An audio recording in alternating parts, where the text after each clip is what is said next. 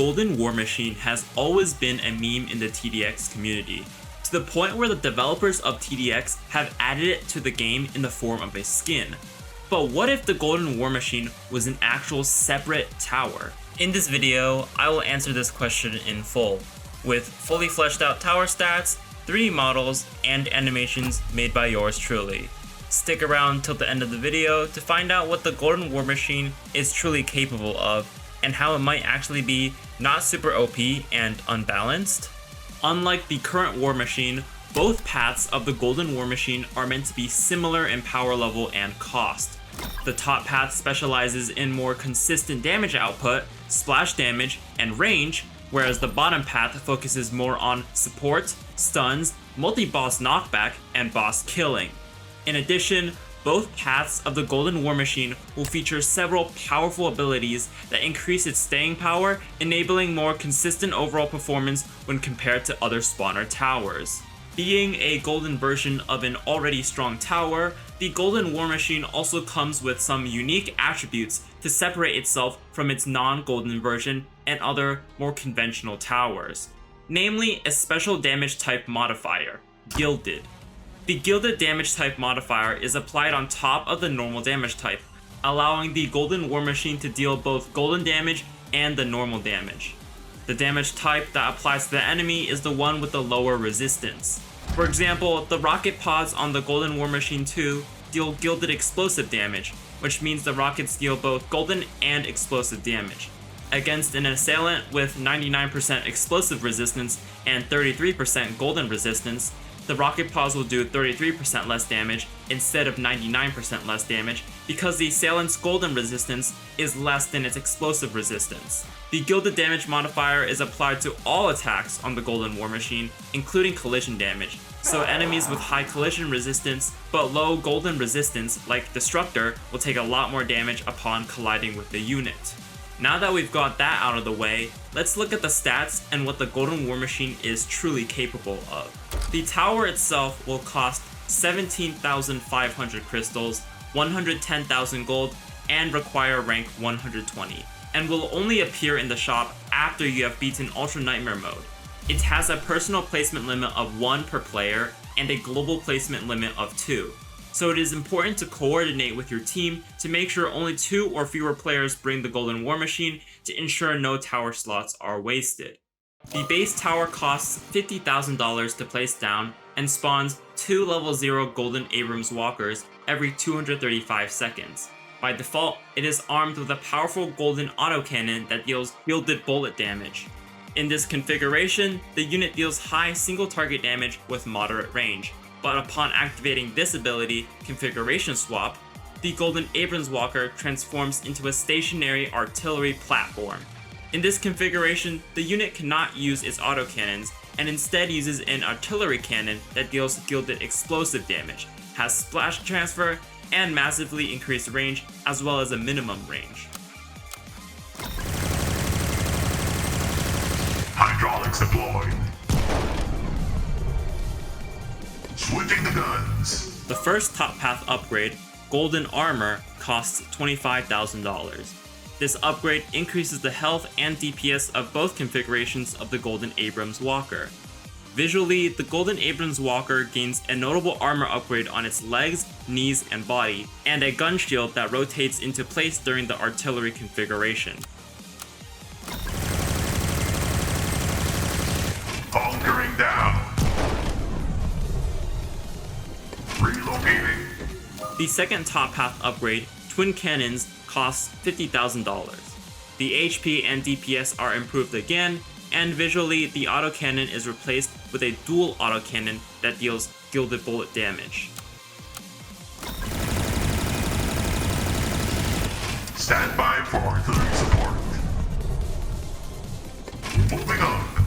Quickly jumping back down to the bottom path, the first upgrade, Faster Production, costs $10,000 and reduces spawn intervals by 20 seconds. And the second bottom path upgrade, Specialized Training, costs $15,000 and reduces spawn intervals by another 24 seconds, adding up to a total of 44 seconds of reduced spawn times when both upgrades are purchased. With these basic early game upgrades finished, it's time to move on to the more interesting upgrades. Starting off with the top path, we have Golden Minigun for $250,000. This upgrade not only vastly improves the unit's firepower, but also adds collision resistance and increased range and splash radius to the artillery configuration. Visually, the dual autocannon is replaced with a minigun, and the artillery barrel has 2 recoil dampeners added. Artillery platform online. Switching to guns. The fourth top path upgrade, Golden Overclock, costs $750,000. This upgrade greatly increases the Golden Abrams Walker's firepower again in both configurations, and adds a new ability, Overclock Systems. Similar to the Golden Juggernaut's Reboot Systems ability, this ability grants a temporary fire rate buff for 15 seconds, while also unstunning all units and healing them for 3,500 HP. Visually, the unit now wields a minigun on its left pylon and a dual autocannon on its right pylon. Hunkering down. Pushing forward. Overclocking weapons. The final top path upgrade, Midas Aura? Costs $2,000. This upgrade transforms the Golden Abrams Walker into an absolute late game menace, with insane levels of DPS in the assault configuration and absurd amounts of splash damage in its artillery configuration. But that's not all. This upgrade also grants a third ability, Final Stand. This ability temporarily makes the Golden Abrams Walker deal more damage depending on how far the unit is from the entrance of a map, as well as gaining shields that also scale in strength using the same distance. For example, if you use this ability when the unit is 75% away from the map entrance, it will deal 75% more damage and gain 37,500 shield HP. Conversely, if you use this ability when the unit is only 10% away from the map entrance, it will only deal 10% more damage and gain 5,000 shields. Visually, the unit is equipped with dual miniguns on both pylons, and the artillery barrel becomes much larger and features a golden muzzle cover. Bring out the big guns. Retracting hydraulics. Systems overdrive. Give them everything you got. Moving down to the bottom path, we have the Golden War Machine for $450,000. This upgrade turns the Golden Abrams Walker into the Golden War Machine, a singular unit that also has a unit limit of 1 and is designed specifically for killing bosses. At this level, it has 3 different attacks. The first attack, Flamethrower, deals gilded fire damage. It has very high pierce, but short range and no afterburn. The second attack, Stomp, triggers when enemies get too close, and is a large, stunning AoE attack that deals gilded melee damage. Finally, the third attack, Punch, knocks back and stuns bosses. It deals gilded melee damage, and unlike the normal War Machine Punch, it can hit up to 3 bosses at once if they are close enough, and it works on all bosses, including the Emperor. This upgrade also removes the configuration swap ability and replaces it with a new one, Gilded Outburst. This ability causes the Golden War Machine to stand still and charge for a short period of time before unleashing a global energy wave that slows down all enemies by 50% and all bosses by 35% for 15 seconds, and reduces all enemy resistances by 20% permanently.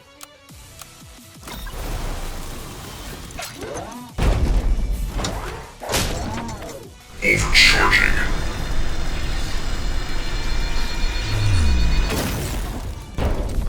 The next upgrade, Siphon Engine, costs $600,000.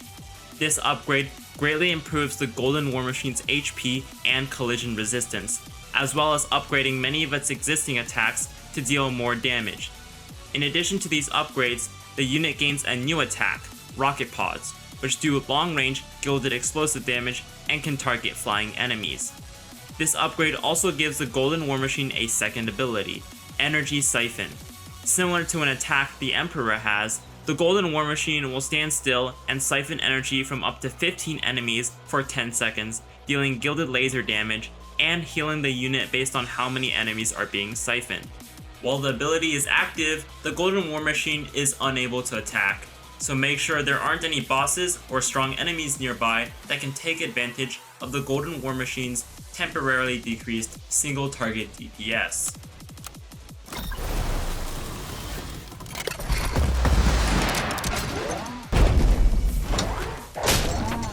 Overloading capacitors.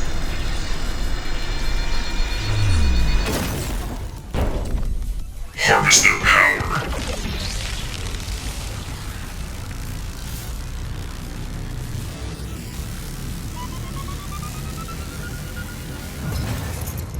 The final bottom path upgrade, Avatar of Crisis, costs $2.5 million. This upgrade turns the already strong Golden War Machine 2 into its final form, Golden War Machine 3. As expected, existing attacks and abilities become much stronger, and the unit gains a new attack and ability. First off, the railguns mounted on top deal high single target gilded laser damage and can also target flying enemies. Similar to the rocket pods, this attack has much more range than most of the Golden War Machine's armament and can help it deal more consistent damage from the backlines. Finally, to finish this upgrade off, we have the Golden War Machine's third ability, Divine Impact. This ability allows the Golden War Machine to fly to any spot on the path, dealing a whopping 500,000 gilded melee damage to any enemy unfortunate enough to be near the landing zone.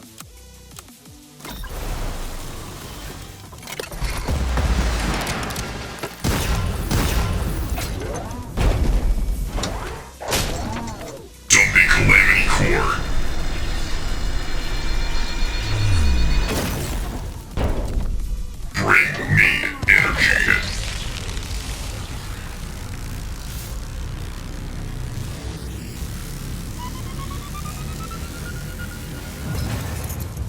Divine Impact incoming.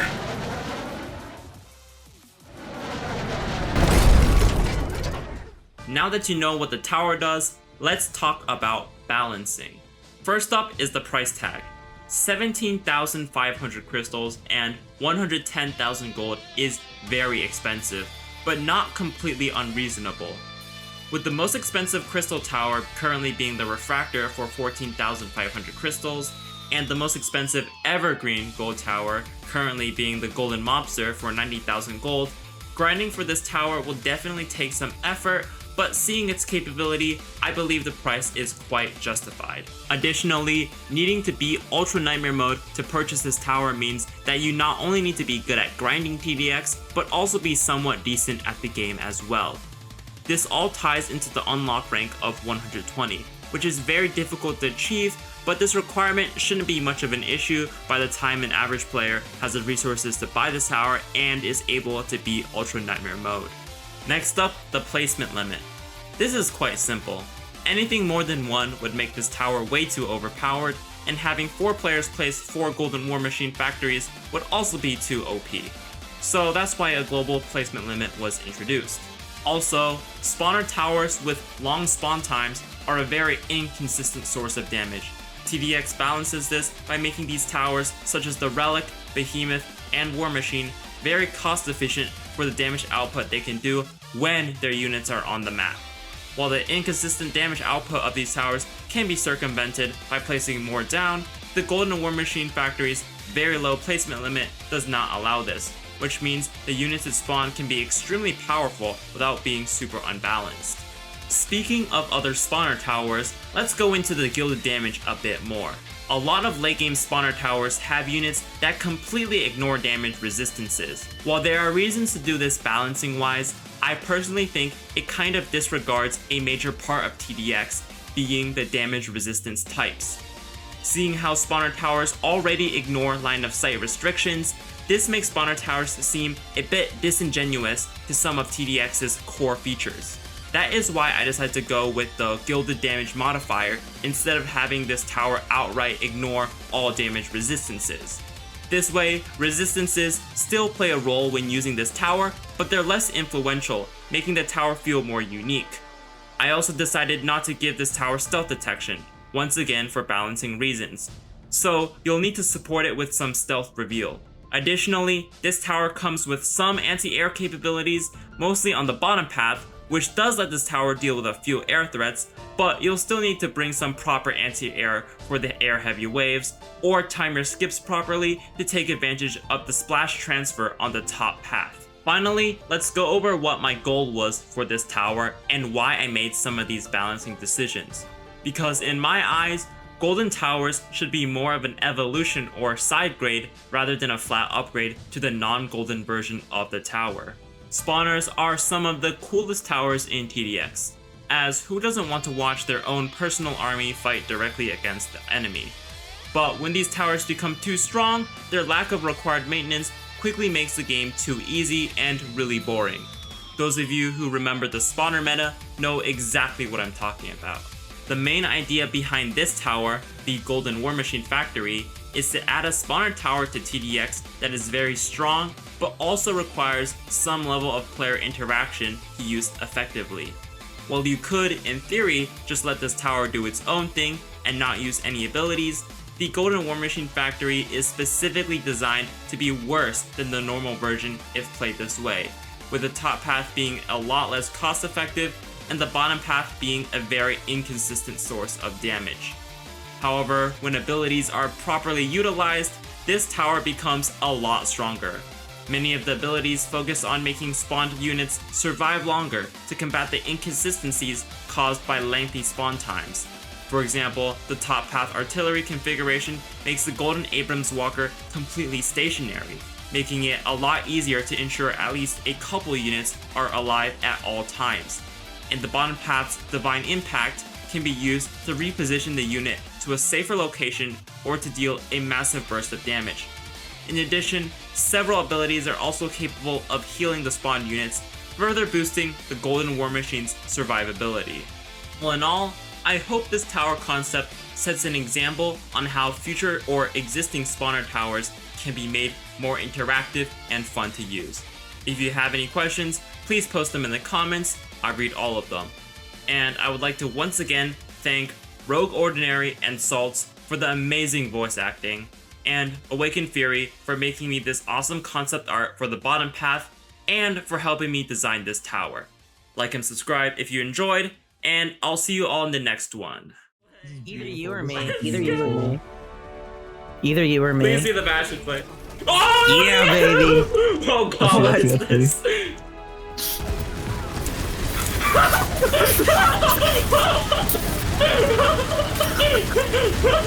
Oh my god, bro, it's so stupid. It's so stupid.